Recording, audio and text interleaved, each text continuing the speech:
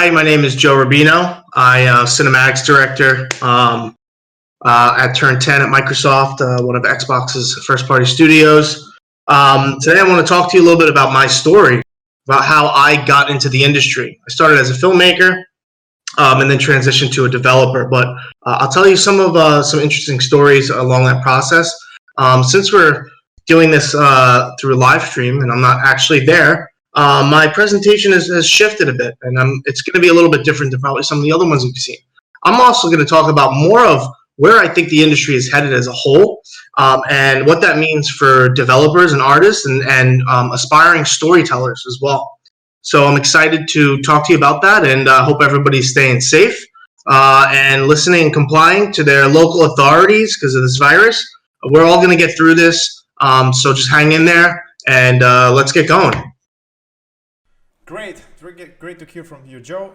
So today we are going to start now with Joe, cinematic director. It's an honor to be here and hear from you. So we're going to have an interesting presentation, and definitely we're going to announce that in the near future we're going to have breakdowns for some other cinematics. So take it away, Joe.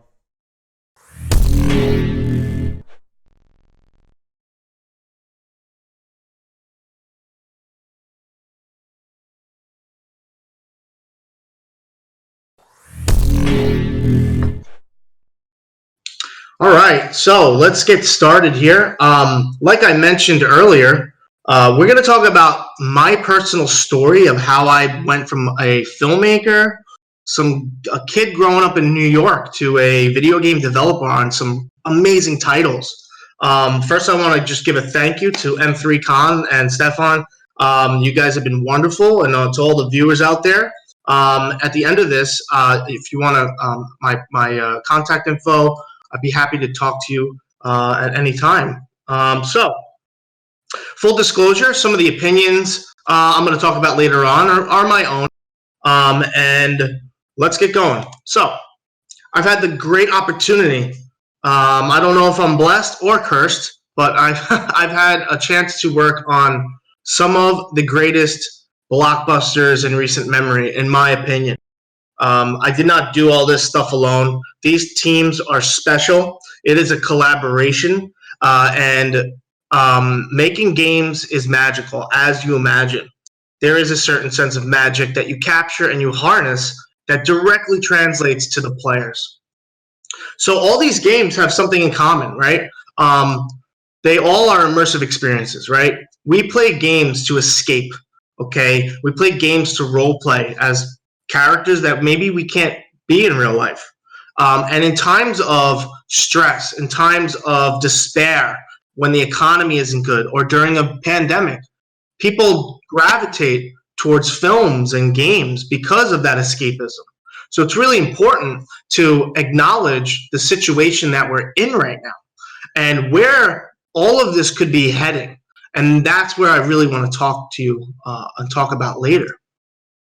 So these games, Assassin's Creed Odyssey, Red Dead Redemption, Max Payne, Grand Theft Auto, and Forza, my latest project that I'm working at Turn 10. I can't say enough about each team, but there's a common theme with all of them. So how the hell did I get there?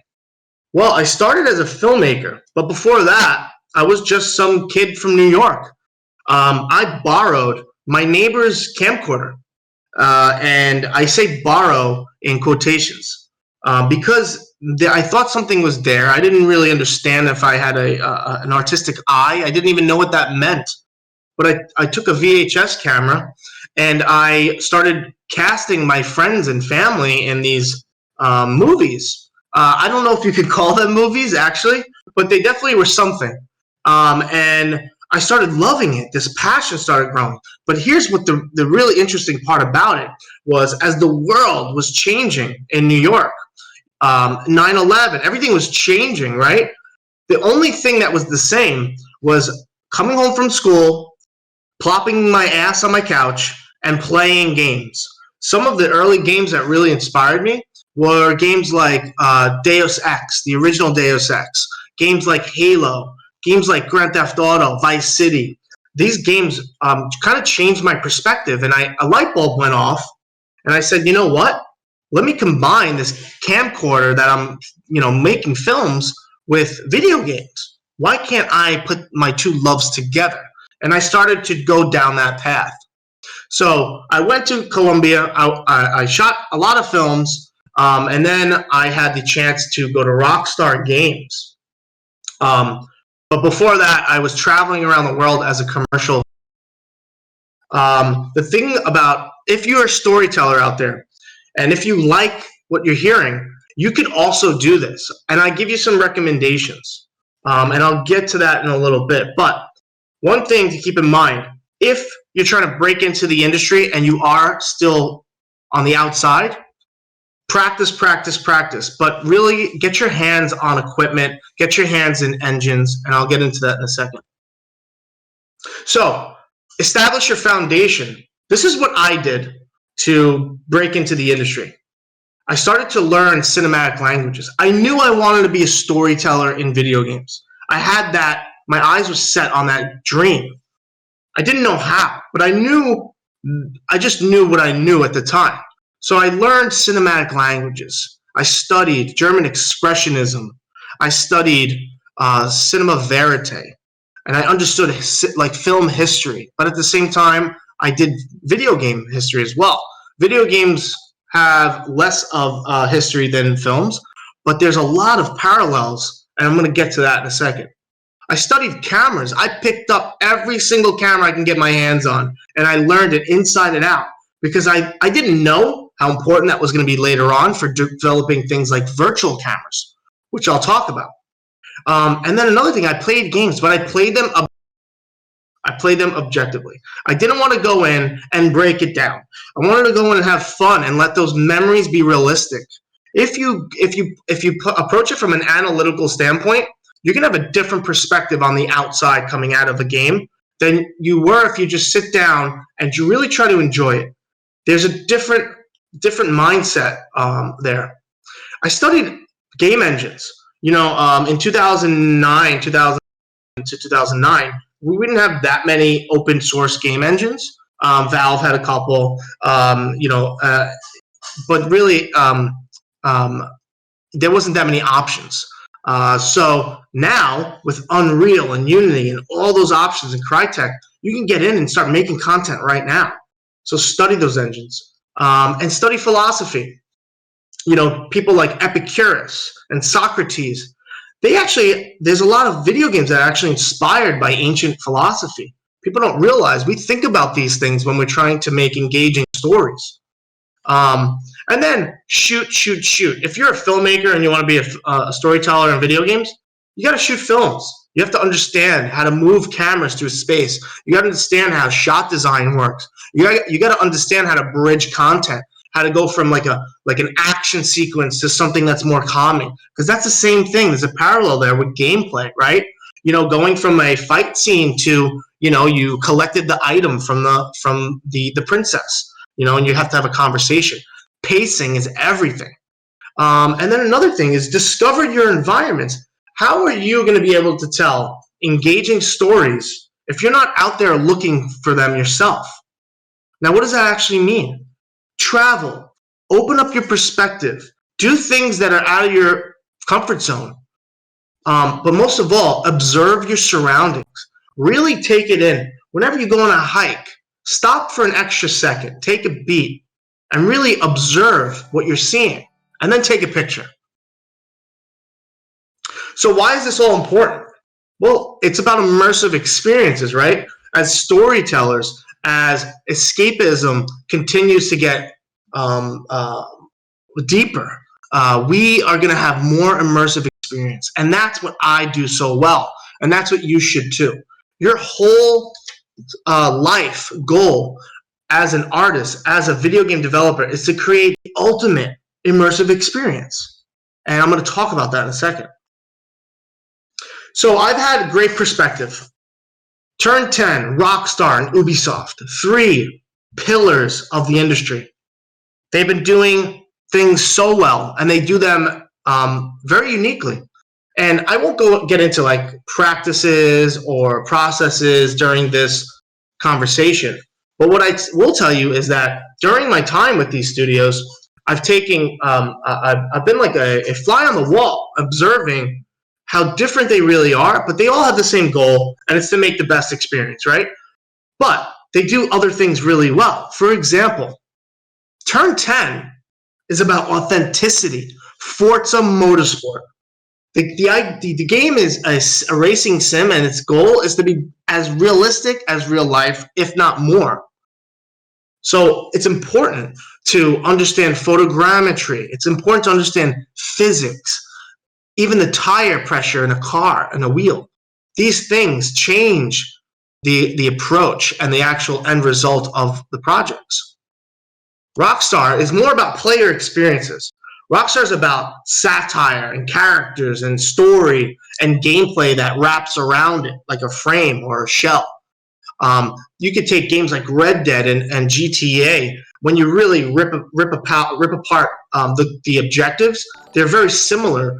They're about making the most immersive experience for the player, less more so about authenticity, because they're crafting their own universe. They're world building, which is really important, and it's why Rockstar is so successful at that.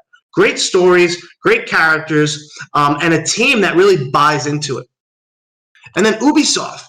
Ubisoft is kind of opposite of all of them, but it really flushes out efficiency. They really understand how to make volumes of games that are always on the same playing field, if not better than before. They really double down on systems, efficiency. They have 10,000 or more employees, and they put out almost 10 to 15 games a year. Now, that is crazy to think, because sometimes games can take, like at Rockstar, 4 years or more. Ubisoft is doing that in much less time with a bigger team because of their efficiency process and their pipelines.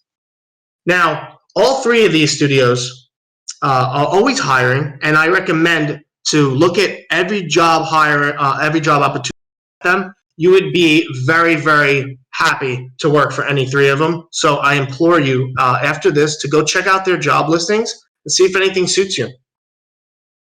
Now I want to talk about a specific story of where we were to where we're going in the industry. But this is a cool little story. You probably ask yourself, why the hell is there a block of wood on the screen right now? Well, when I first started at Rockstar, my first day, I actually broke into the studio because I didn't want to be late. I work a lot on motion capture stages and performance capture. I also work in a post process in a traditional studio environment, leading cinematics. So on my first day, I was coming from a world of real cameras. I didn't know the digital side of it. I mean, I had an idea, but my first virtual camera on a motion capture set was a block of wood with 3 markers sticking out of it. And I said to myself, holy crap, how the hell are we going to do this? So think about where we are today with virtual cameras right now. You have no latency. You could offset yourself on the motion capture stage. You can do handheld moves. You can dampen the movement and create steady cams. But not that long ago, only 10 years or so, we were shooting at Rockstar with blocks of wood because the industry just wasn't quite ready for that next leap. I hope to think that maybe we helped drive that, and maybe you think that as well. But where we are today to where we went, it's literally night and day, or wood to digital, right? And it's just an interesting story and perspective. So why am I talking about all of that? Well, I want to give you my perspective on some of the studios and where I come from and how that could pertain to you. Because why? Well, let's talk about where we're heading. We're welcome to the content wars. We are now entering the content wars. You probably look at these brands and you go, oh, these are familiar. Now let's talk about the ones on the outside. Disney Plus, Prime, Hulu, Netflix. These are streaming services, right? There's content. I don't know if you've noticed, but in the last few weeks, we're starting to run out of content to watch. And that puts a lot into perspective, doesn't it? Now, can you think of the parallels between the four companies in the middle and the 4 streaming services? and the stores. Now you can see where we're headed. Where Netflix was 10 years ago is where we're kind of entering that same phase for video games.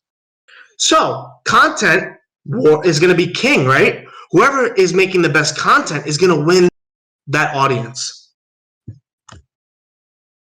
Now, what kind of content are we going to be thinking about in the future or thinking about right now? All of these things are related that you're seeing. VR, AR, okay? Here's going to be the king of content. This is my perspective, my expertise. I think this is where it's at. We're going to need active participation. We're going to be able to choose our adventures. Think about Bandersnatch. Did anybody check out Bandersnatch? There's going to be much more of that, and it's going to be way more interactive. We're going to be socially connected in that content, in those adventures that you choose yourself, and we'll be active participants. But here's the big thing. They're all going to be driven narratively. They're all going to be driven by strong writing, right? And then the last element will be VR and AR. What if we plug all the way in? We're going to be plugging in deeper and deeper and deeper as we move more towards into the content wars. So who's going to be in the driver's seat? It's going to be you. It's going to be you, the artist, the writer, the creator, the storyteller, the world builder. You are now going to be in the driver's seat, similar to how the NBA drafts the best athletes, similar to LeBron James, similar to Wayne Gretzky, similar to all your favorite athletes. They are the apex in their fields. The apex in the future of the content wars in video games and in interactive environment and storytelling are going to be the artists and the writers and the creators and the storytellers and the world builders. So get to writing, get to observing your environment, start thinking about characters, start thinking about interactivity, start thinking about how you can layer in these elements to make the most immersive experience ever. And you know, the stuff on the left, just a disclosure, that is not from any of the studios that I mentioned. That's just some personal stuff that I've been making, just to tell you that I'm doing exactly what I'm practicing and what I'm preaching. Okay, so what is this all going to lead to? Let's step this even further. Let's go one deeper. The golden age of gaming is about to be upon us. According to Forbes, in the United States, we have around 526 or more publishers. We have 2,000 or more development studios and way more video game workers than 65,000. This is actually from 2017. All of this is now inflated. Now, when you look at that, you say to yourself, wow, that's a freaking huge industry, isn't it? But let's draw some parallels. And where can we look back to see where we might be headed? Well, why don't we look at Hollywood, right? The golden age of filmmaking, the golden age of Hollywood, where you had hundreds of studios, hundreds of publishers, hundreds of distribution networks, all of it that got consolidated at the back end of the golden age between some of the big three. These are just some of them. There's I think they call it the big six, but MGM, Paramount, and 20th Century Fox, they came out as the industry leaders in content and stories. And they have probably, arguably, some of the best films in their repository. So look back to Hollywood to see where we're going tomorrow during the golden age of gaming, just like the golden age of Hollywood. So how are you going to survive in this type of atmosphere? You know, there's going to be a great consolidation of content. There's going to be a great consolidation of studios. There's going to be a great consolidation of employees, right? Going back to the games as a service, like an Xbox Game Pass or whatever comes out next, Stadia, whoever, right? We're going to be moving probably to services. Think of your favorite IPs, intellectual properties, whatever your favorite game is. It's already starting to happen. You're already starting to see it. Games are going to have way more legs on them. They're going to go on and on and on, maybe forever. So when you think of a Netflix, you can also think of it as a subcategory of Netflix. You would enter into whichever game service you may want to participate for the whole day or for the whole year or for the whole decade. That's how long these things are going to go. Now, it's really important to think about that, because to survive in that atmosphere, as a developer, we're going to start to build smart systems. These smart systems are going to be creating content based on your input, based on the artist's input. There'll be a setup, and then you'll be able to generate content. Now, that's going to be huge, because think about where we're at right now. During this epidemic, we're all running out of content. We're sitting on our couches. We're all locked up in our own houses, right? And we're like, holy crap, there's nothing left to watch. So how are we going to mitigate this in the future? Let's think about right now. Well, we're going to have, what if I could plug in my own parameters to create my own Bandersnatch? What if I could plug in my own parameters to make my own, let's say, whatever your favorite game is, your own DLC? What if you could publish your own DLC? So that's what's really important right here. This is where this whole presentation was leading to. As storytellers, as artists, as world builders, we're going to be opening up our skill sets to the players so that they can generate their own content. Just like YouTube, just like we subscribe to YouTube channels, we're going to end up subscribing to user-generated creators, user-generated stories within those games as a services, just like YouTube content creators. That's where this all is going. And this isn't like tomorrow, this isn't next week, this could be actually next year or the year after. This is upon us right now. So think about what you do. Think about your skill strengths. Think about how you can inform where the industry is going and how you can make sure that you're going to mitigate yourself and make sure you have a job in the future, because that great consolidation is coming. It's going to make us more powerful as creators, but it's also going to streamline everything. So I say to you, be aware of this. Be aware of your surroundings, and start to think about how you fit into the puzzle. And that's pretty much my entire presentation. Like I said, Stefan and I are going to do another one soon, where I'm going to hone in and talk about breakdowns of my cinematics from my favorite games that I've worked on, like Red Dead and GTA and Forza, and Assassin's Creed and Max Payne. And what I want to do is I'm going to do some breakdowns about process, my personal process and cinematic languages from storyboards to the end process. So be sure to stick around for that one. But let's open it up to some questions.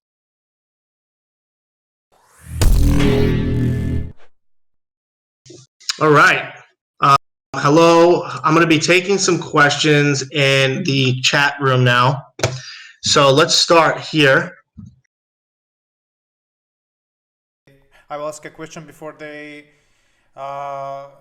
even have, let's say, a few or more. So the question is, you're talking with a great passion. Thank you for the presentation. It's really awesome and educational for also for the indie studios.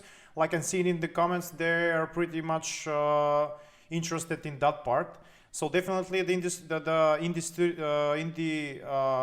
studios had a great blast, as well as have more creative ideas. So definitely, so my question is, can we somehow trust the industry, and how can we support it?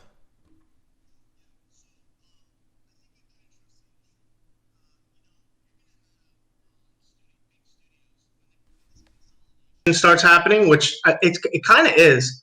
You know, they're going to be looking for the new idea, the big ideas, right? So whoever comes up with the next type of Fortnite, you know, as a service, or even really smaller content like episodical content that you can play on your phone, right? Easy access, but that is socially connecting to other players. That's where the industry is going to start to drive a lot of those acquisitions. So I would think yes, you could trust you could trust the big studios.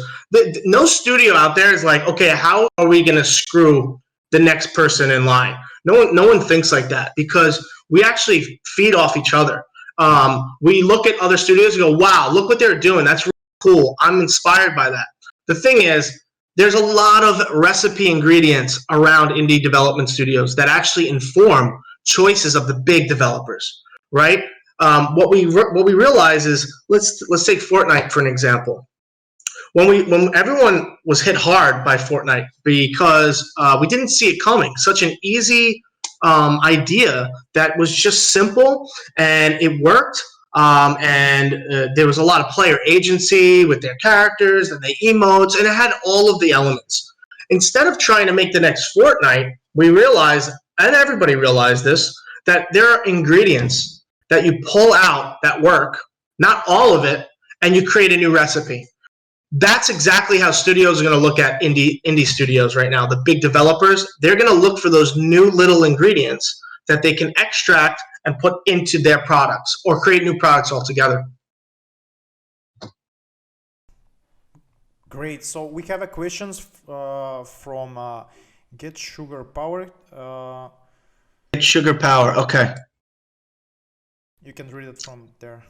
Okay, I'm going to look a question. According to Jesse Schell, mindfulness and introspection are powerful tools designers and artists use to understand the nuances of the experience they are trying to portray. Any advice for how to get into right mindset for creativity? Yeah, that's a good one.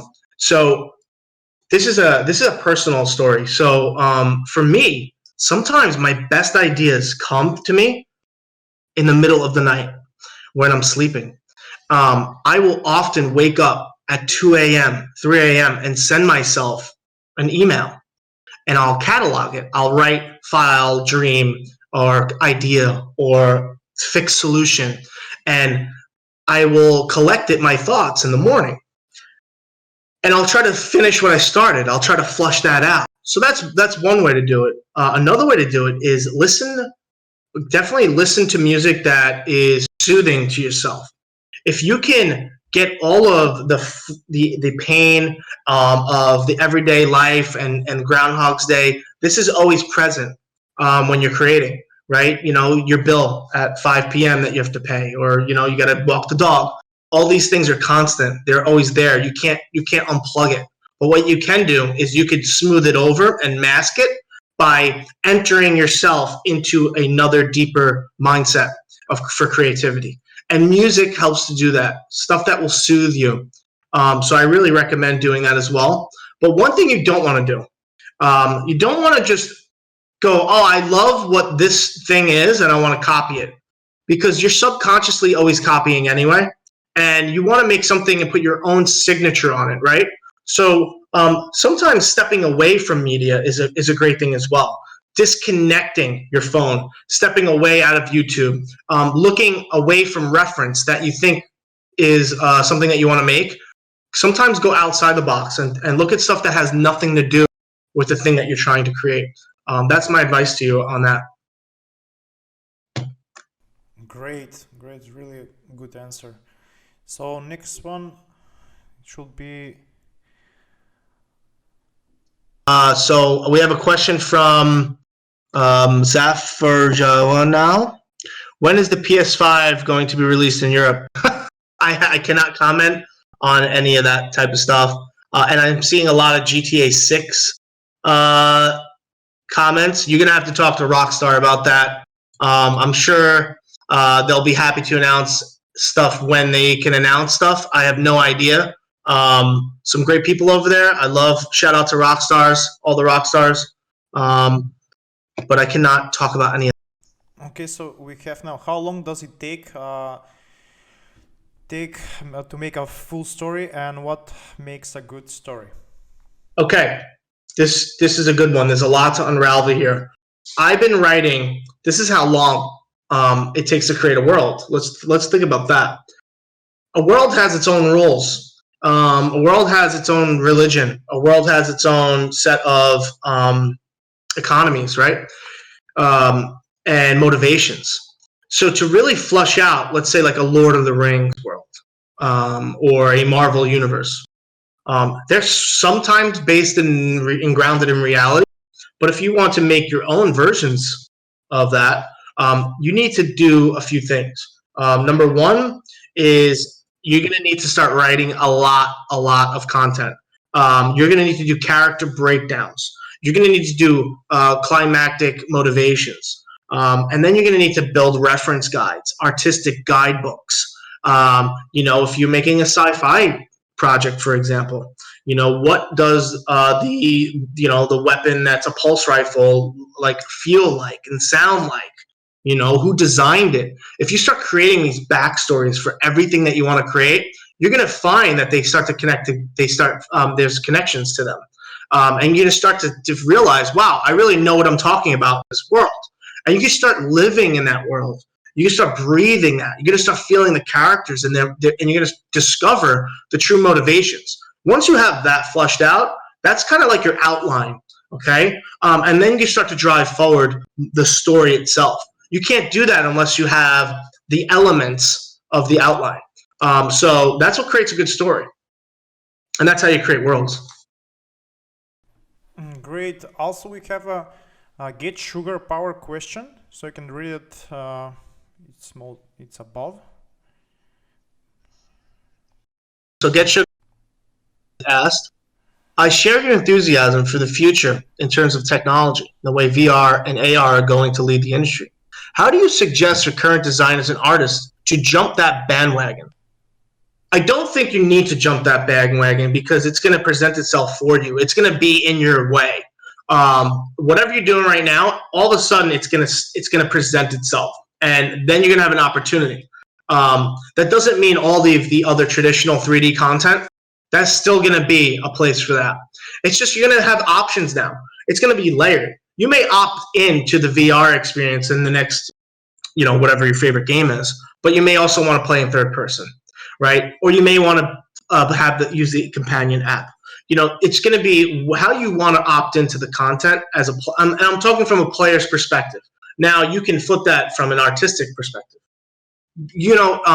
The goal doesn't change, right? The goal still is how can I make the most immersive experience, and how does my job pertain to that? If I'm modeling a tree with photogrammetry, you're still gonna put your all into it, right? Don't let the outside forces dictate the things that you love and you wanna be an impactor on, because it really starts and ends with your impact. If you make the greatest tree, the person's going to want to opt in to the VR and look at it closer, right? So it's really up to you. So don't let this where the industry is heading. And if you think if it's stressful or not, it's going to be great. It's going to be really good for you. Just continue doing what you're doing and be aware of it. That's my only advice there. I wouldn't change anything.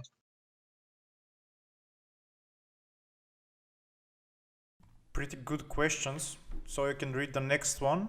Yes, definitely pretty good questions. The next one is from, so let's see here. Spirit Sakura asked, how far are we from full dive VR systems? And do you think this system will be even possible to make full dive? So I guess you're talking about like fully plugging in. There is actually a lot of technology out. There's pieces on elements of this technology. Elon Musk is looking into stuff like that. He's looking at how can we enhance our bandwidth, our brain power, right? It still takes how many steps to find information on Google, or how long does it take, or how many steps to connect into your Game Pass or get into a game. There's still that human element of I have to do something to get in. That actually is a huge lane. Well, once we can shrink that lane down, then plugging in all the way will become easier. And there's actually another part of that. What happens when I plug in? Do you want to leave this reality, or do you want to sit on your couch and really be drooling out the mouth and so immersed? I don't know if we should take it that far.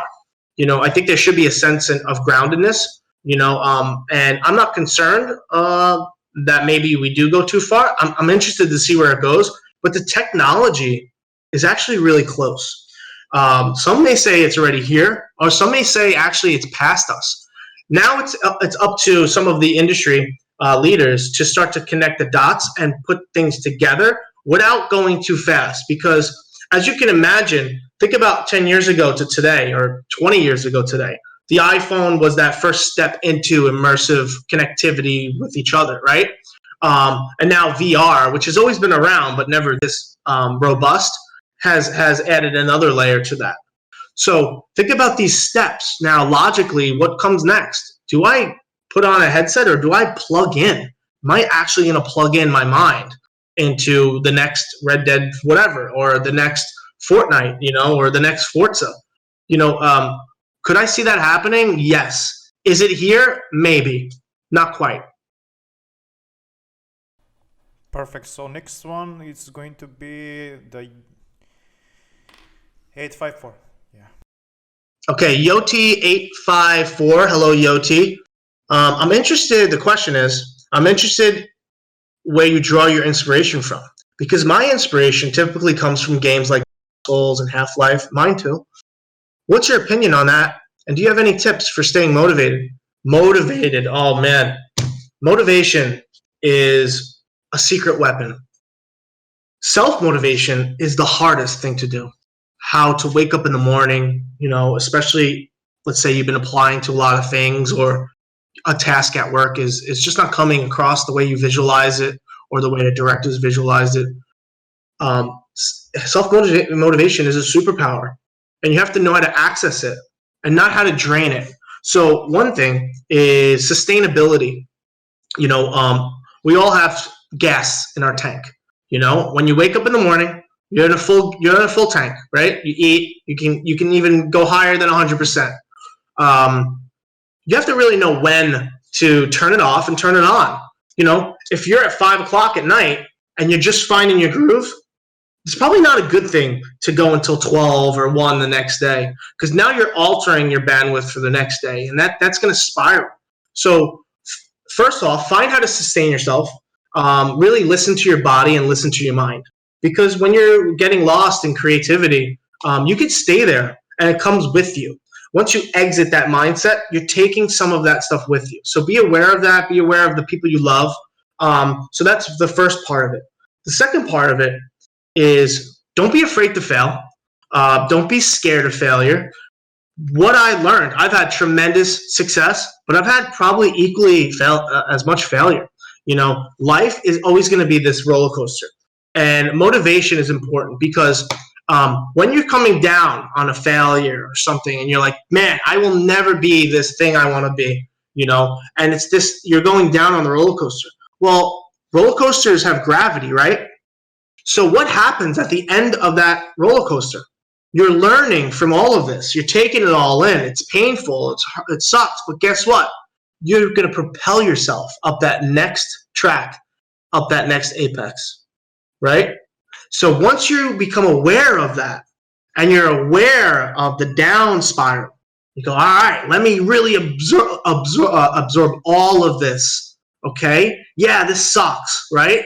But just know that it's going to apex back upwards.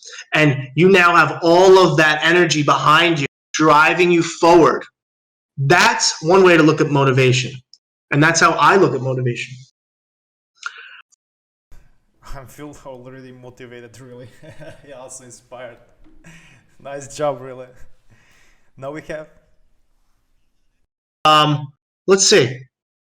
Do you think, this is from 2DA8. What's up? I don't know what your name is, but I'll call you Yeah. So Yeah says, asks, do you think the game industry can get oversaturated with games and there won't be much difference between them? Yeah, sure, absolutely. Going back to the user-generated stuff, we might have a situation where you're in a live service, a game as a service, name your favorite game, and we open up the ability for players to start creating their own content in the game. You can have a situation where there's a hopper of content and it all feels and looks exactly the same. That's probably going to happen at first. And that might take. There's going to be growing pains there. So right now, I don't see that being a problem. I think big studios are hyper aware of not to make the same thing, over and over again. There's a lot of research, there's a lot of R&D that goes into the front end of concept. People don't realize concept and pre-production sometimes are now like equal to production. And we realize that you got to know what you're making. In the past, pre-2010, pre-PS3, you had an idea, you got funded, you made a vertical slice, and you started figuring out the game systems and your story, and then you just kind of like discovered it. You can't really do that anymore. There's less runway for that because you have to know, is this really going to land? So we're bringing in user research. What I do at one of the studio I'm at right now, and what Xbox does really well, and actually all the other studios as well, is they bring in players, and we ask them questions, we show them stuff, and we really listen. We're not trying to guide their answers because we want to hear what we want to hear what we want. That does happen still, but it's getting a lot better. But we're really taking all of like people like you and artists and everything, and people that don't play.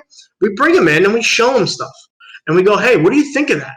Hey, read this. Hey, is this a character that you want to play as or meet?" And we really go, "Okay." So we grab this data, and now we have something to analytically drive our choices. So you're gonna have less and less content that feels the same until we get to that next level, which is user-generated content. And then you're going to have stuff that feels the same for a while, but then we'll get past it. Question, Ninja Monkey. Question, hey Ninja Monkey, what happens with a game that has a really good story, but the graphics and everything else is bad, and you don't like to play it just because of that? It depends on who you are. So imagine this. Imagine Steven Spielberg for a second. Steven Spielberg, if you don't know who he is, he's one of my heroes. Let's take the movie Jaws. Everybody knows Jaws, right? If you gave Steven Spielberg a camera, an iPhone camera, back in 1980 or 79, if you went back in time and gave him that camera, he could still make Jaws, right? It's about the content. It's about being bought in. So the suggestion that you are having trouble with the graphics of this, whatever this game is, it's probably also because that it hasn't captured your heart. The story hasn't captured your heart enough, because we have the ability to look past the imperfections. That's what humans do so well, right? So I would implore you to really ask yourself, is this game really connecting with me first? If it is, then you're just a really great artist and you really, really care about graphics and stuff. But a lot of that stuff moving forward is going to be driven by the engines. We're going to be less concerned about graphics. A lot of that heavy lifting now is done and is computed through the engine, and there's great smart programmers that are leading that charge, but you're going to have a world. I mean, look at Unreal Engine, for example. All of it's already there, right? So now it's about the connectivity to the player. It's really about the experience. It's not about the graphics, because that layer is already baked in. So it just actually adds more evidence to a lot of the stuff I'm saying about the immersive experience and the content and the story. How was that? That was good. Yeah, sure, definitely. Also, we have now a question from Nicola1_9. Nicola1_9 asks, what is the idea behind console exclusives? Because I think games have more success when they're on multi-platform. I don't disagree with that, actually. The thing with console exclusives is, think about your tribe, at Xbox or PlayStation or any of them, Nintendo. These people are, who the Nintendo players are, right? Who the Switch players are. There's a tribe there. So when you buy into the tribe, developers and studios, they want to reward you and say, hey, we really care that you are a part of this thing, and we're going to give you an exclusive. So it's to reward the players that are there, and also to entice people looking outside in. Sometimes people are like, you know what, I could be a tribe member for multiple in the reservations, right?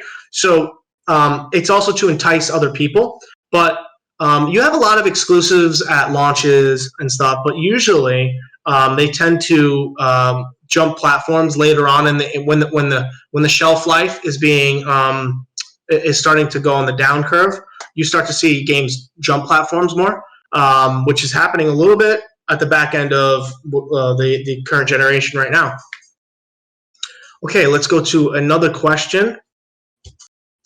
We have, what's your opinion on plot holes? Jason Dammit asks, what is your opinion on plot holes in stories and just the bad endings? Cough, Mass Effect. Yeah, controversial endings, man. Mass Effect took a chance.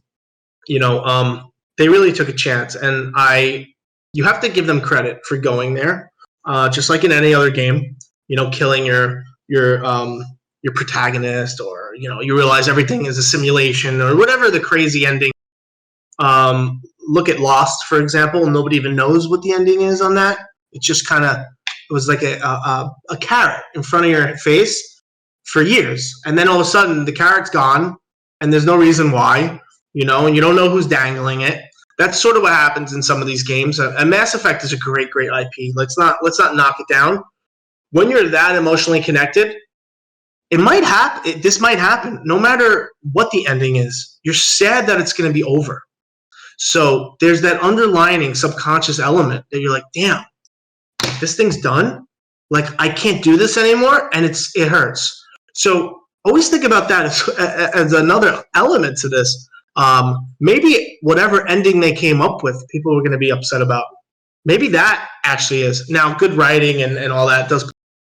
And I'm not going to give my personal opinion on it. I love Mass Effect. Would I have done something a little different? Yeah. But I guarantee whatever I would have did, you would have been upset anyways, because it's over. For that game, right? I hope I answered that. As well as I'm glad that we didn't have the presentation from Game of Thrones because of the ending and what I've seen from the petitions. All right, but that one's actually not great. I love Game of Thrones. Shout out to all the Game of Thrones people. But that's actually just. I won't get into that. I'm not gonna sit here. On to No Fear 321. I have a lot of fear, by the way. Question: do you think in the future we will be playing only VR games and forget about the regular PC console games? No, I don't think that's ever going to happen. Like I mentioned earlier, you're going to have the option to opt in. You're going to have the option to play as multiple characters. You're going to have the option to be a passenger as well. We're going to have a time where we're not that far away from having like VR parks. Some of them are popping up in cities. What's actually really interesting? Some people are going just to watch the people actually in the experience, just like you watch YouTube streamers, right? There's people going just to watch people react inside the game. They don't want to be a participant, though. So you're going to have all these layers of choices. You're going to have the option to be in the VR experience. You're going to have the option to watch the movie in the chair, or you're going to have the option to watch both of those people watching and reacting themselves. So no, I do not think PC or platformers will go away. Yeah, sure. As well as maybe the VR will go to the educational category, because there is a lot of, let's say, hospitals that are making examples for their students, also for the internship. So definitely on the educational part, they will go into there. Absolutely. I think look at VR as another piece of medical saving device. It's going to save lives. VR is going to save lives because there are people like post-traumatic stress. There are soldiers who come back, and you shut a door, and it will they revisit the toughest pain you could ever imagine. If there's any soldiers that have anyone PTSD that's went through anything, it's tough, right? We all have something in our past that is painful. And what I think VR, besides training students like medical students. Besides all that, you're going to be able to live experiences that are mendable. So it's going to save. I think it's going to save people's brains. VR is going to be able to let you plug in and experience that tough thing to get over it. Slowly but surely. And think of it as medicine. And I think that's upon us right now. So I agree with you on that. Next question. Let's see. Do you think the future Blaskovsky question? I probably butchered that. I'm sorry. No, it's correct. Okay, we're gonna say the question is: you mentioned world building in a previous question.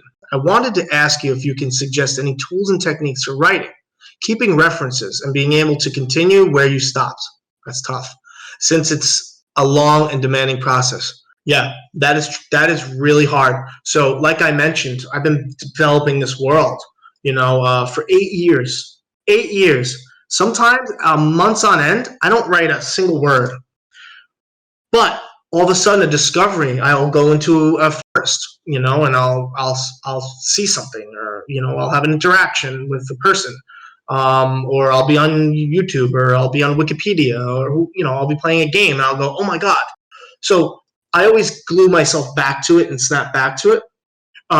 You got to let it play out naturally, but you can't ever turn your back to it. That's the trick. Don't ever walk away from it altogether. You're just going to have to find your own process that works for you. Next question. Nicola19. How hard is it to get hired to work for Hollywood or big blockbusters? And can young artists, get hired, or do they prefer older, more experienced people? They prefer both, actually. I'll use at Turn 10 Studios and other studios at Xbox and all around the world. We're always looking to hire young talent, that has big dreams, has good energy, and can work well and collaborate, but be willing to learn and be willing to make mistakes. These are the most important people in the industry. It's the future, right? We always look to that. So to break into Hollywood, that's a little different. You could take two paths. You can go to the library, or you can go online and you can teach yourself and buy a camera and start to make stories. You can do it the way I did it. That's how I started to do it. And then I realized I was limited in my exposure. So I said, all right, let me get hands-on. So I went to Columbia and started filming and working and started my own side business. And I shot 50 films. I shot everyone's movies, and I won some awards and everything. So it's really getting hands-on. I could have easily stayed on that path. It's not easy. None of this is easy. Okay, you just have to be persistent, and you have to listen, and you have to blur the line between confidence and cocky.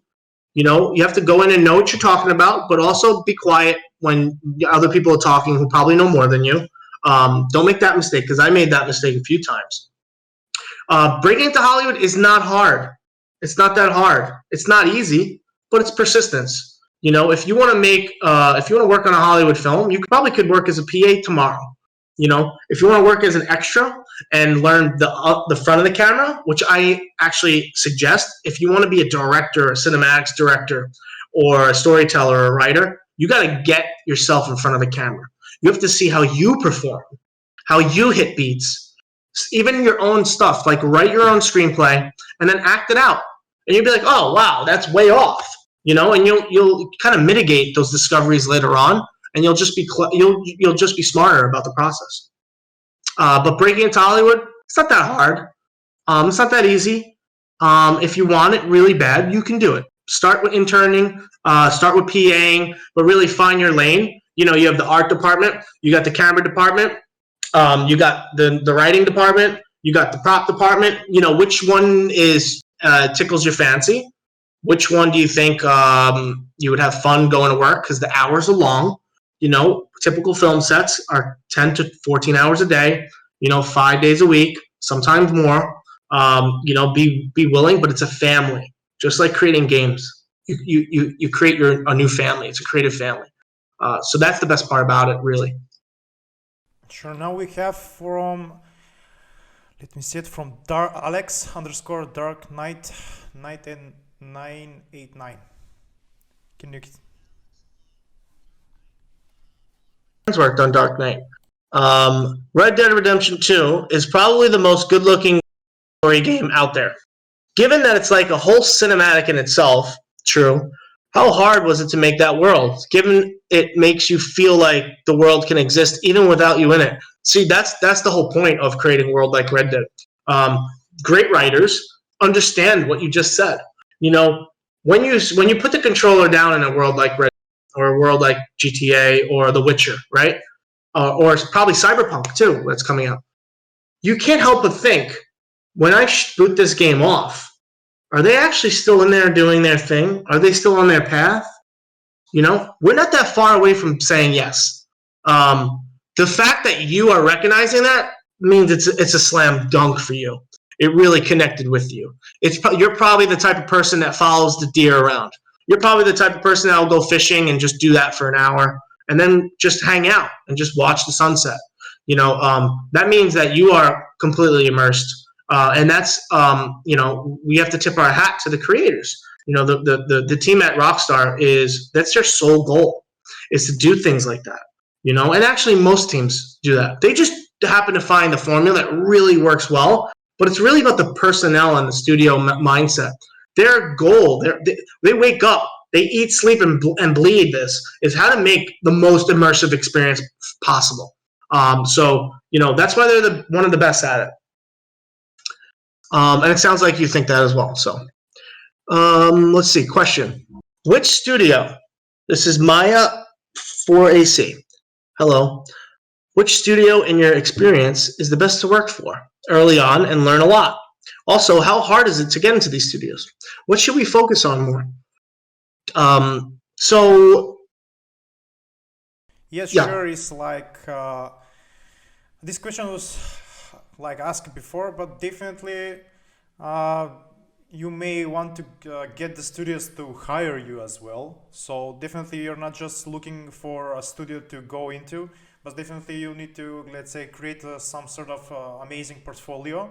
So the HRs will find you and need to start from the, let's say, from the lowest, let's say, the industry, like the indie studios. So from there you can build up your portfolio, your experience, and definitely the biggest problem that the studios have with internships or new students or juniors is to get them into the pipeline. So definitely. Yeah, I completely agree with you. One thing I learned the hard way is deal is your best deal, especially when you're trying to break into the industry. So what I would do is take a net of resumes, your whole net of prototypes and artwork and everything, and just shoot it across the whole industry. The more volume you can get out there, the more eyes people are going to have on you. And then the first thing that comes in, literally the first thing, just jump into it and just jump into the deep end. You want to start in the deep end. You don't want to have that nice ease in. You want to get in. You want to roll up your sleeves and start working.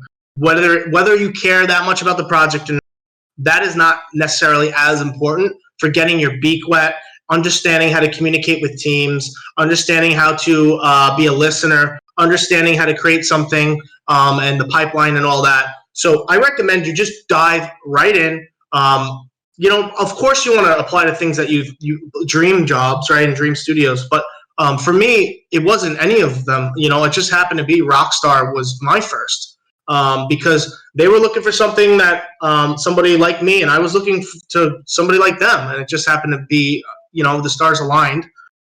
So I'm very thankful for that. But people are going to have different approaches and different ways in. You just need to find yours, but don't be afraid to not take a deal because it's a fairy tale game, right? And you like sport games.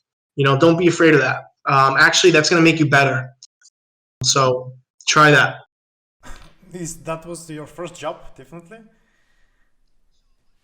I started as a filmmaker. So for a few years, I was traveling around the world shooting commercials, actually practicing storytelling techniques with other people's money, but they liked it, so that was okay. And then my first job was in video game developer or storyteller was at Rockstar Games.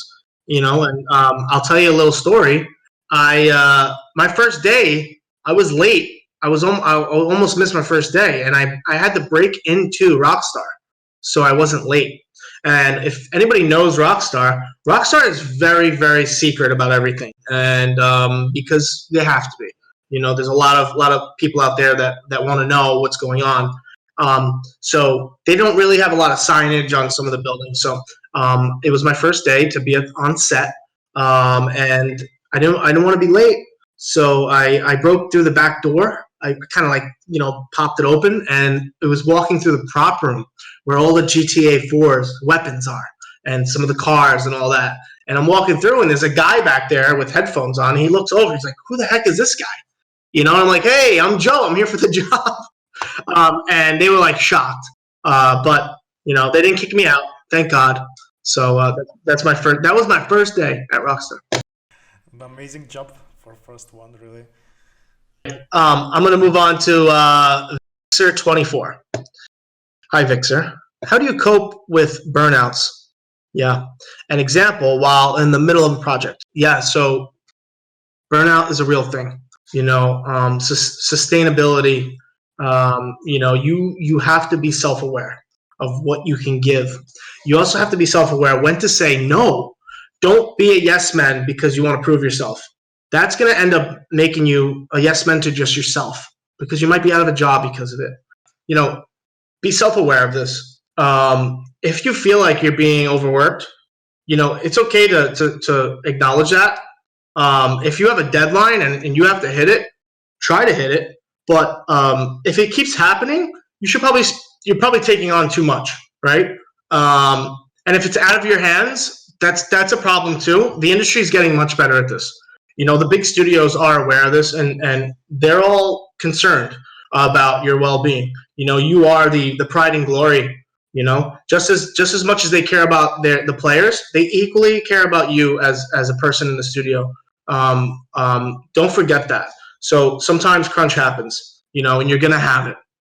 The thing that I talked about today, those systems that we are going to be developing in the future for every studio is going to be doing this, is to help mitigate some of that crunch. It's to help put a little peace at mind, so that when that crunch does come, it's much less, it's much more palatable, and it's actually exciting. It's like, all right, here's that final lap.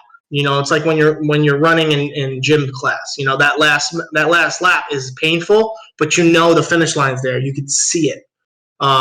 That's what these systems in the future are going to help for you. You're going to be like, I know when that end mark is. Because sometimes in crunch, the hardest part about crunch is going to bed at night, waking up and saying, I don't know when this is going to end. Like, is this forever? That's the hardest part about it. And that puts a tremendous amount of stress on the development team and you. So just be aware, know when to say no, know when to know about your bandwidth, about that tank, remember that tank, know where your mind is, try to catch yourself moving, thinking. Are you thinking about weird stuff? Give yourself a break when you need to, go on a walk, get out of your space, get out of your head space, because remember, you're going to take it all back home with you. It never leaves you. You have to know when to let it go and turn it back on. I hope that answered your question. Let's look at the next question. Spirit Sakura, hello. Do you think the talented people that don't really have any proof that they're good at game developing have a chance to get hired by big companies? Okay, look at me. I'm some Italian New Yorker, American Italian kid from New York. My friends, they're in construction. A lot of them. Nobody thought anything. Nobody thought I could do this. I'm just some loudmouth kid from New York, right? So yes, you could do it. If I did it, you could do it. I have no doubt that anybody in this chat room, I hope all of you will be more successful than me. That's the whole point of why I'm here. To give you some of my insight, to help you. You have to be persistent. You have to want it more than anybody else. And you really have to buy into that. Manifesting is a true thing. It really is. If you manifest that you're not going to be able to do it, you're not going to do it. If you manifest and you buy into your own dreams, remember that dreams are like stairs. Dreams is not an escalator, right? You don't get on the first step and you're at the end. Dreams are steps, right? Think about the biggest steps you've ever seen in your life. You have to walk up them by yourself. You have to go step by step. And that dream at the top, you need to break it down into those steps. And you need to understand that first step. The first step isn't the hardest I'm not going to give you synergy words and all that, but you do have to make a leap of faith at some point in your life. And if it is to be a video game developer at a big studio like Turn 10 or Ubisoft or Rockstar or whoever, CD Projekt Red or whatever it is, or Valve, you're gonna have to make that jump, and you're gonna have to know if it's the right first step. Here's the best thing about that: you can make the wrong first step because now you know what not to do. At least that step. You go, oh wow, that's not it. Let me turn around. Let me go up this stairway. Let me turn around and go up that stairway. That's the best part about it. And remember, it's that momentum. Make that mistake early. Make it often so you can put it behind yourself. But yeah, you can get there. I did it. Let's look. What's that? Leo the best. My middle name is Leo. So hey Leo, what's up? What kind and type of games makes you most happy to make? Sandbox, RPG, open world, companion, storytelling, all of those. It really depends on the subject matter and the connectivity that I can have with the player. My mind is always, how is the player going to perceive this project? And that's what makes me excited. Escapism can change people's lives. It's hard to live life. Life is really hard, but you can also make this your heaven. This could be your heaven, and part of people's heaven is actually role-playing and open-world games. So I like open-world games for that reason. They're probably my favorite to work on. But it really is, it depends on what day you ask me. There is no favorite or unfavorite. It really is about the people and the team, going to work and having, an army of people that want to do the same thing and they're so passionate. It's like, there's no other feeling, no other explanation of how I could tell you that how satisfying it is. Like when we finished Grand Theft Auto 5, we knew we had a special game, right? But we went around the city, New York City, and we saw the lines, and we saw people. We brought the actors with us, and they're signing autographs. Michael, Trevor, shout out to Steve, shout out to Solo, shout out to Ned. We were all friends. You become a family, with these people, and I never seen anything like it. We were out going to all the GameStops in New York City, and I'm telling you, there were lines around the city blocks. People were going crazy. Just to see that was incredible. So I'm still that was probably my favorite launch was GTA 5. It's going to be hard to match that in today's environment. How we're going more digital sales and everything. But yeah, I think open world games are probably my favorite because you have more flexibility to make mini vignettes and stories, and you can meet new characters. You could have mini games in them. It gives you more flexibility for someone like me. Let's go to Shebby. Just passing by out curiosity, Mr. Rubino has wonderful energy and enthusiasm. Thank you. A lot of people say that. Let's talk about energy real quick. Find your energy. Don't be an energy vampire though. Don't suck the room out. You want to give your energy out. You want to project energy. You don't want to come in and be negative and suck it all down. You want to come in and be positive and then just unleash your energy. It will empower everybody around you. I promise you.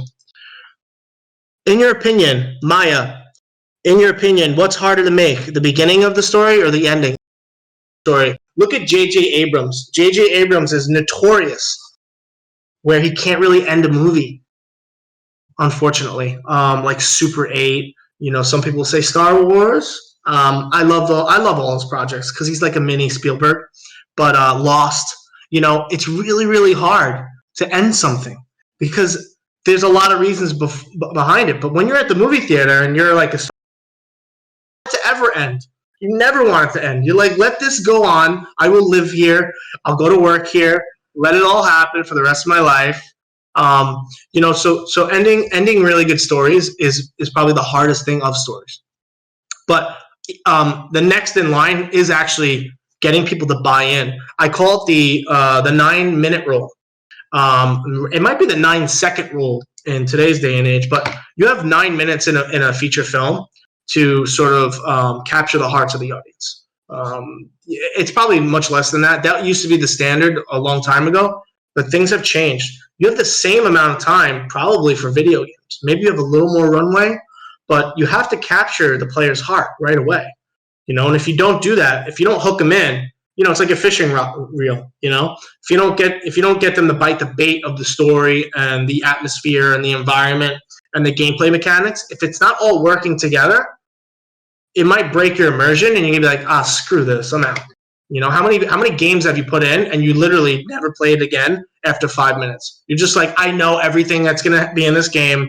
I don't want to even go down that path. There's a lot of games like that. I think there's less games like that today, but there's still a tremendous amount of those. So you have to capture them fast. Let's go to Ninja Monkey. Question is, what game took you the most time to tell the story and to write for? So when I was on GTA, actually on Assassin's Creed, we developed a system where we can generate part of the cinematics. So to do that, we had to create a system that was smart and intuitive enough where you can write dialogue and then ingest it into a system, and then the system would spit out the foundation of a cinematic. So that was actually probably the hardest technology we ever had to develop so far in my career. It was a really crazy undertaking. The Witcher does. I'm probably Cyberpunk's going to do that, and then a bunch of other games coming out that are probably doing that in the future. It goes back to the systems I'm talking about. So it took a long time to develop that. So probably Assassin's Creed or GTA. Let's go to the next question here. Audi Force. Hey, where do you get the inspiration to start writing a story from? For me, real life is the first place. You want to ground your characters. I have a character in one of my projects. It takes place on the moon, and it's my personal project. And I'm always like, how do I make my own Luke Skywalker? So you look for reference like that, and you get inspired by it, but you have to stop there. If you do carbon copies, everyone's going to pick it up, and you're just going to be that copycat guy, right? You don't want to be that. You want to really have your own voice, and you want your characters to have your own voice. But you could take some of the big elements or set pieces and be really inspired by it, but look for inspiration in other places, not just media. So I hope that answered your question. Next is Euroforum. Euroforum. The question is, what would be the best way to test and iterate cinematic ideas quickly? So previs, right? So number one, do not make a big set piece. Do not create a huge environment unless you storyboard. And you don't have to do elaborate storyboards. You can actually just storyboard in your head if you want, or you can just do quick napkin storyboards. But make sure you storyboard the climax. Make sure the climax. Actually, you want to start with the climax. A lot of people think you start from the first shot. That's actually not the right way to do it, from my experience. When I storyboard and I work with storyboard or concept artists, we actually start from the climactic moment and we work our way backwards. And you realize really quickly, like, oh, I probably don't need half of that shit. When you're building a scene and you're shot designing, you really think of every single moment. And you're like, we have to capture that. We have to capture that. We have to capture that. When you realize later on, you're like, well, we could capture all of that with this one thing. So always think about that, and always think about the subtext and the motivations of why the cinematic is happening, and the characters and the environment, the environmental storytelling. And you can only do that with storyboards and previs. So do quick and dirty animations, camera animations. Don't even animate the cameras. Block everything out. Do a lot of scene setups. Gray box, white box. Do not start with a fully realized environment, because it's probably gonna hurt you. If you're doing both things together, then spot on. Rock. Go ahead, keep doing that. But yeah, start with storyboards. Next question is Mirror Flower. Hello, Mirror Flower. Mirror Flower. Oh, cool. My partner, she just painted a flower, a sunflower. So that's cool. Hello, Joe. Awesome presentation. Thank you. I'm sorry if this has been asked before, but what's your opinion about stylized or realistic art? Also, is it a bad thing to have both on your portfolio, or should we just focus on either one of those? No, not bad. I think the more, you want to be an expert at one thing eventually, but that doesn't mean you can know how to do a bunch of things good. No one's gonna be like, oh, wow, that person does that really well, but they're not good at that. Let's not hire them. That's not a real thing. Sometimes people think like that, but I don't think like that. What's my opinion on realistic art? So at Turn 10, they make Forza, right? We make Forza Motorsport and Forza, all the games in the Forza universe. Their first thing is, how do we make this realistic? So we ground everything in reality. Everything is grounded in reality. There is no, we don't really believe that much in pushing the realistic to like be a little more colorful and a little more stylized. I think there's room and opportunities for that. But I'm not going to get into that. But then you take a game, like Ubisoft, for example. They mostly make stylized games, and so does Rockstar. So it really is. It's really driven by the content and like what the purpose of the content is. But absolutely have both of those on your thing. But you'll know. I think you'll know just from your own, knowing yourself where you want to go and what's important to you and how your skill set is right now. That should probably inform which one you dive deeper into. So Ninja Monkey, short version. Hey, Ninja Monkey. Have a good and big portfolio with projects you have worked on. And pretty much that's it. It does not matter what school, college, academy you finished. If you know what you're doing, then you are the next person to work in your dream. Yeah, I can agree with that. People say don't go to school. I'm not going to advocate that. I don't believe that. School for me, it's really about what you make out of it. It's just like anything, right? Like if you go to the library or you go on the computer and you get an article, if you read the whole article, you're going to get the most out of it, right? But you also have to be engaged and want to learn. And you also have to think about perspectives, if you watch news, for example, if you only want to listen to one side and you're like, screw it, I don't care what anybody, if they're right or wrong,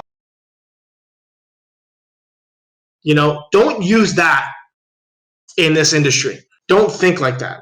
The same could go for like school. You might hear people, school's a waste of money. It might be for some people, but you need to make that discovery. Don't let other people influence all of your decisions. And don't let me influence all of your decisions.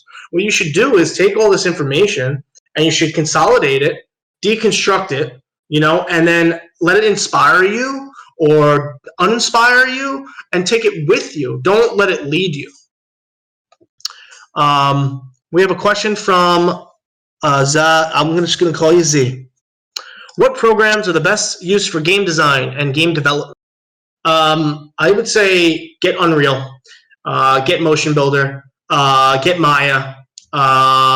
Start with those, and you can gray box scenes in all of them. Unreal is a full-fledged engine, though, right? So definitely dive into Unreal and understand all of the elements, lighting, everything, timelines, and all that. If you want to be a storyteller, also study filmmaking itself. The same principles work in video games. Actually, they work even more. You really, really, really, really need to know what you're doing when you approach like a scene or a character or a climax or a pivot in the story or a transition from gameplay to story to the story itself. Those are super important things, and you need to have a foundation in storytelling, which comes from filmmaking and television. So make sure you understand those elements. Doesn't mean you have to go to film school and all that stuff. I'm not going to get into that. That's for you to decide. But you definitely want Unreal and Unity. You definitely want Motion Builder. You definitely want Maya. And if you want to model and stuff, you can do 3ds Max. Some studios still use that as well. So those are the big ones.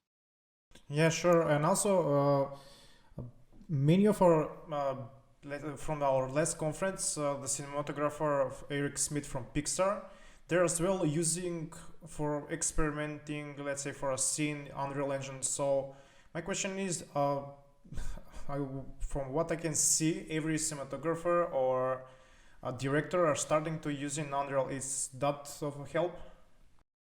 Yeah, that really helps. Without getting too much into it, we always look at different systems and engines and get inspired by them, or practice and test them. Unreal definitely is something that everybody, and they should be, especially storytellers, especially cinematographers, and trying to make that transition. There's going to be a big movement. It's happening already, from people that take great photos to people that create good scenes. Good cinematic story scenes, right? So Unreal is one of the best ones. I'm looking at also at this Cine Tracer. I haven't opened it up yet. I have interest in it, but it's all from Unreal, and Unreal's the engine. It's called Cine Tracer. That's another good one where you can sort of prototype and block out scenes. There's no character movement in it, but you can use the same camera languages and lenses. You can start to understand all that, because you really need to know that foundation. But yeah, absolutely, Stefan. Unreal, we're all looking at that. Everyone is looking at Unreal. What they did at Epic is special, and it is epic. And everyone is being inspired by that. Thanks. Next question. Let's see. Salamander 1234. How will you know if the players will enjoy the story in the video game you create? You don't know. But you know where you can start? Are you going to like this? If you're bought in and you're emotionally invested and you really care about it and the team cares about it, that's enough evidence right there where you're going to say, okay, this is cool. We like it. We're engaged with it. And then it goes back to user research.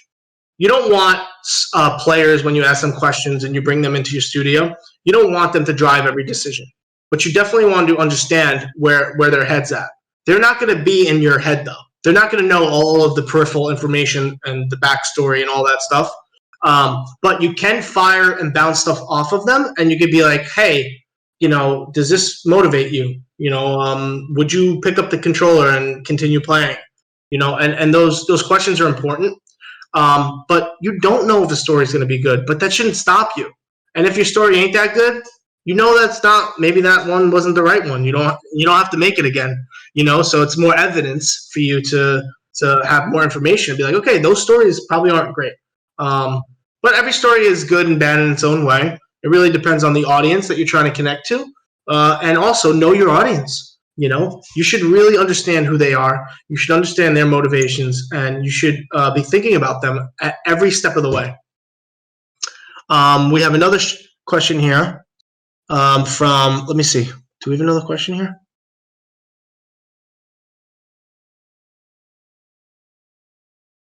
Usually Makey B1. I have two questions. What is your opinion on the new upcoming Marvel Avengers game, and what's your favorite game of all time? Ooh. So my opinion on the Marvel Avengers game is I'm excited. Why wouldn't you be? We all have we're missing.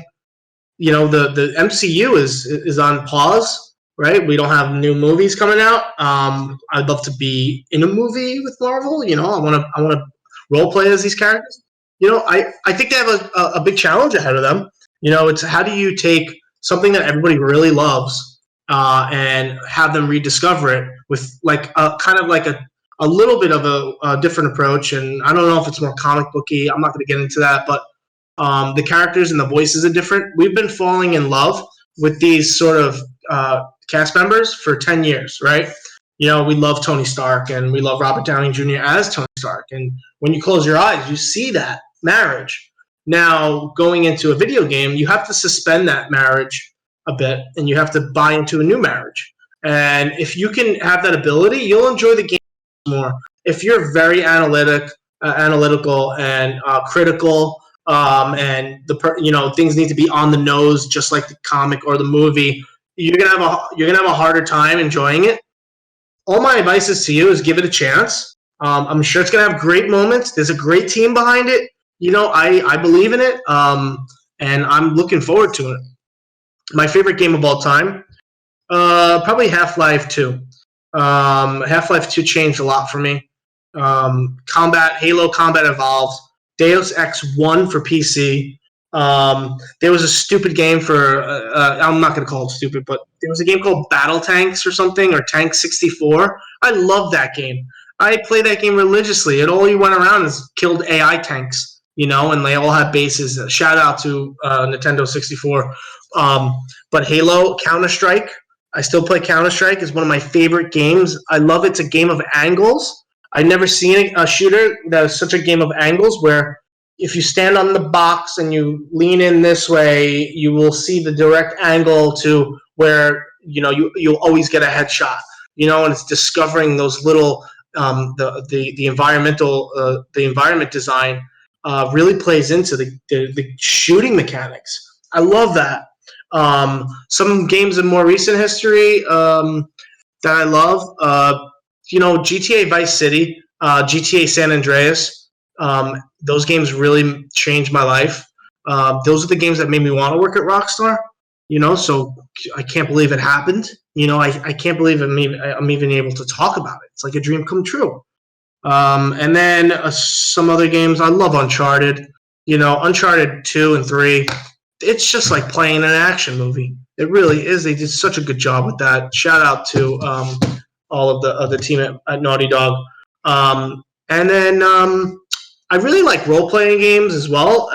Elder Scrolls Morrowind was a big one for me. Skyrim is a big one for me. So you could see like a lot of them are story-driven. A lot of them are character-driven. Those are my favorite games.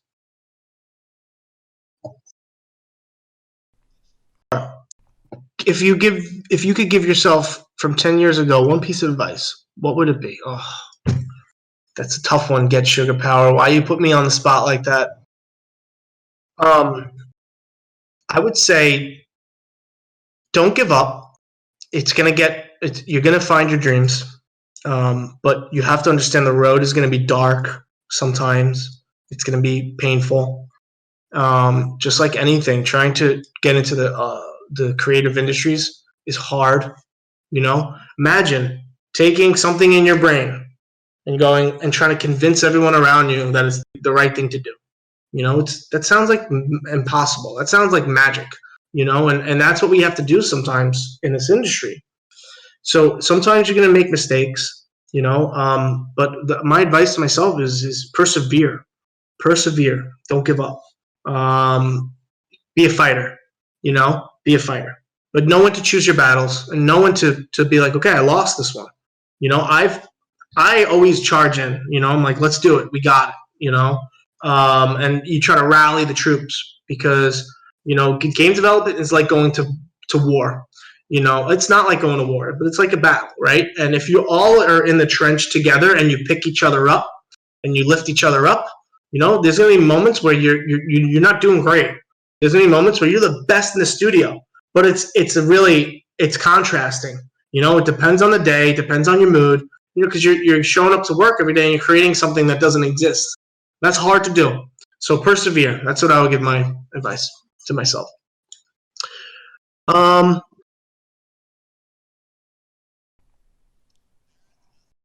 Directing cinematics. Do you like to focus more on building the story or making cool action? I never think about action. Action should be more gameplay. The players, if it's like a big thing where, it should be fun for the player, it should probably be gameplay. What I focus more on is the nuance of storytelling and subtext of characters or, discovery. Those are the things that drive players to cinematics and want them not and prevent skipping. We all are guilty of skipping cinematics. But the cinematics we don't skip, next time that happens, think about why you didn't skip it. And that will answer the question of what kind of cinematics I like to make. Because it's really about that for me. I don't care if you cut to a camera. I don't care if it's in-game cinematics.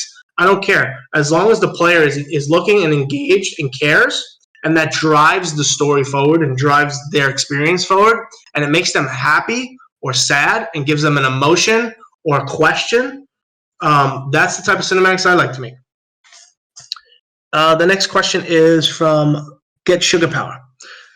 In terms of storytelling, which are the biggest takeaways or things you've learned lately that helped your work? For me, options. Giving the player, we're all different people. You may like to take photos of, cities, skylines. Or I may like to take photos of flowers or animals or something, right? But we all stand in different positions to take a photo of the same thing. So what I'm learning and what I'm transitioning my mind is, how can I create that same ideology in games now? How can we take all of the people in this chat room and approach a scene or a story from the point that they want to enter it, seamless, things like that. Or do I want to opt into this conversation, or do I want to just stand here? Can I have both options depending on who I am? So now I'm looking at ways to create systems that will allow you to enter things the way you want to, and to capture things the way you want to, or to create, or to just opt out as well. I think creating all this flexibility is going to make the experience richer. And actually, it's modeled based on the things that you like. Isn't that great? So that's a takeaway from my last 10 years, and how I think we should tell stories in the future. We have another question here from D3. What's up, D3? What are your thoughts on emotional beats in games? Is it better to have more of them or use them sparingly? Well, remember, emotional beats should have purpose and should be motivated. Some games or some stories or some films and some TV shows like to really add a lot of volume of emotion. The problem when you do that is when you really are trying to convey something to the viewer, there's been so much emotion around that moment lost. So you just have to be really smart about when you want those emotional spikes in your story. And you have to make sure that, is this the right moment for that spike? If you can identify that and deconstruct it, then you'll have a better way of connecting to the person viewing it. So just be aware of that. There are some games and some movies that are just completely you're an emotional wreck. You're just crying from the second it starts to the second it ends, and you feel like you fell down the stairs or got hit with a bat at the end of the game, at the end of the thing. That's an emotion. Some people like that. I don't dislike that or not like that, but I like it's hard to have a memory of an experience like that. You just remember the whole thing, right? You don't have that nuance. You don't have that specific moment where you're like, oh my God, and you just put the controller down. You're like, holy shit. Oh my God. Those are the moments I like, and to do that, you have to be strategic in your emotional spikes throughout the project and story. So we have the last question. Okay, last question. Wow. Who is it? D3. Oh, Get Sugar. Get Sugar. You got a lot of questions. I like you. You're doing good. Last question, I swear. Okay, this is the last question. Name a couple of design methodologies of storytelling and how they are helpful, as long as it's not under NDA. Thank you so much. Okay, name a couple of design methodologies of storytelling. Design methodologies of storytelling. Okay, so number one, you need to know the gameplay mechanic that it's associated with. You need to know also the mission set, a fetch quest. Once you know the outside edges of where the player is coming and going, then you can help. Then you can have you can understand which methodology to take for this particular scene or story or objective. And then you choose which road you want to go down. You can have stuff that's completely ad hoc. There are scenes that in certain studios where we knew an objective. We said, okay, the player's motivation is to get this information. Okay, and here are the characters. We've made scenes like that on the fly on motion capture sets and discovered stuff there. But also, we've also made things where it's very previs heavy, and the storytelling methodology is really about the character's motivations. So a lot of that is driven by NPCs, and the people that are with you in the experience. But now we have to actually switch our design methodologies because games are now going to be a shared experience, right? You're going to be entering some games. You may not know this person, or they may be part of your clan or your tribe or whatever. But we may be entering. Let's take The Witcher for example. What if The Witcher was with 5 people, and you could have the same exact experience? This is how we have to change our design methodologies. If I am interacting with the king of this area, this castle, and I'm player 1, when I enter that conversation, what about all the other players? How are they interacting with the story? Are they opting in? Are they allowed to? Can they go fuck off and do their own thing? These are all changing our design methodologies for storytelling and how we string the player along the narrative of the game. So it's evolving. I guess that's the. No, just one more we have missed from D3. So if you can answer it, it would be great. No, you can see it. D3, yeah. D3, I had one more question. How do you tackle human emotion without being? This is a tough one. As storytellers, we're always threading a fine line between overacting and underacting, or overselling an emotion or underselling an emotion. If you're me, I have the ability. I'm allowed to. I'm not allowed. I work with actors. Right, and I'm working with the writers, and you have to make sure that the moment is justified. If there's going to be an emotional response from the player because of an emotional response from their actions in the world, and characters are reacting to it, it better be the right choice. There better be justification behind it. Like there are games like Detroit Human. They do the emotional thing pretty well. The Last of Us, probably the best at that. So look at games like that as a reference and see when those moments happen and ask yourself, okay, is that working or not? And then deconstruct how you got there.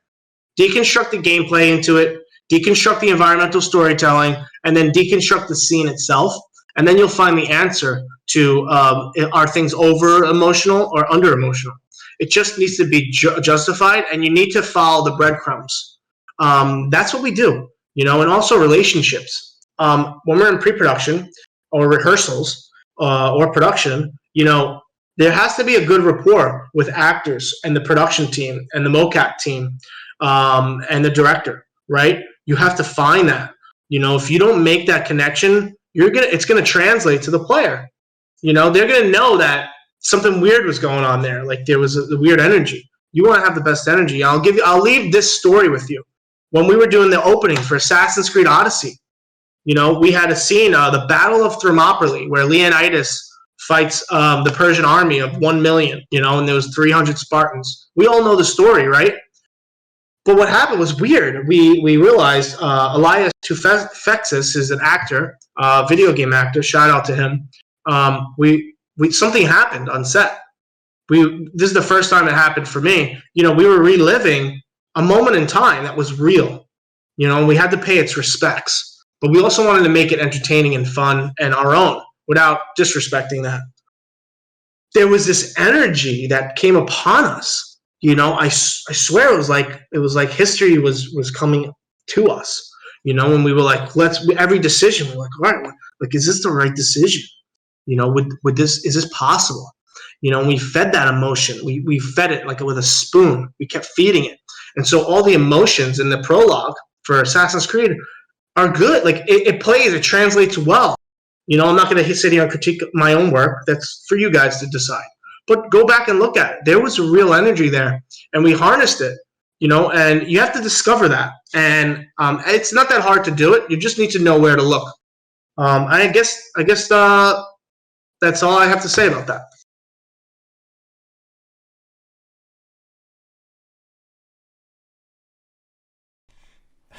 There are more questions, but I don't know if we can answer the big one. So let me see what we got here. Skywalker, hey, one of my favorite characters. I'm designing a character based off Skywalker. His name is Michael Napier, and he lives on the moon. Maybe one day that project will come to light. But your awareness is admirable. Thank you very much. It gives me the feeling like I'm talking to myself. You are literally speaking my thoughts when you're answering our questions. If you feel me, I do feel you.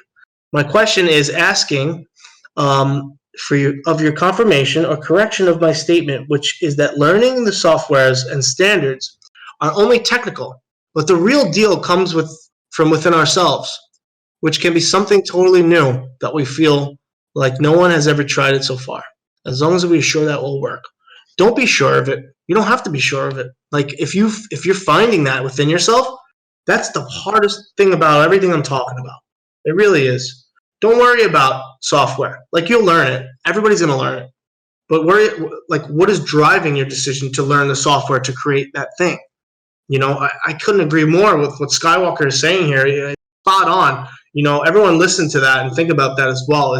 Is that inner thing that's driving all of the awareness? That is really where it's at. Skywalker, you're making a great point here.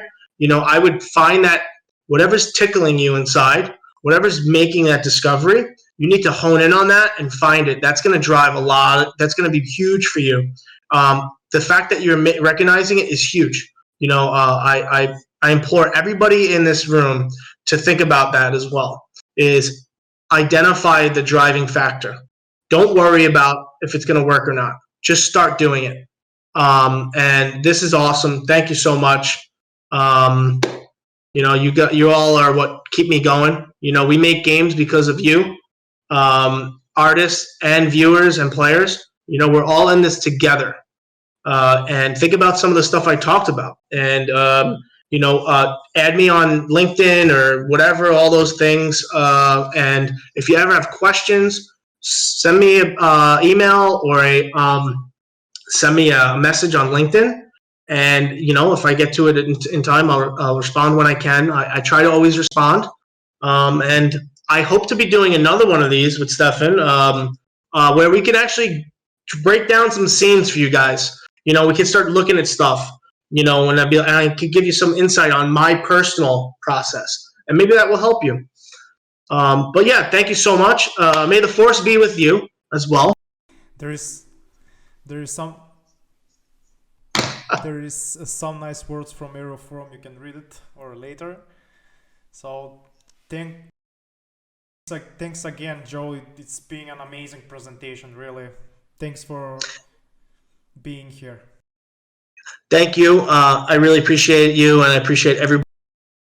With such great questions. And I'll see you around. All right. Good luck. Everyone stay safe. Listen, wherever you're calling in from, listen to the authorities. We're going to get past all this. I promise. I promise you there's going to be great things that come out of all this. The future is really bright. Thank you very much. And I'm signing off. God bless you.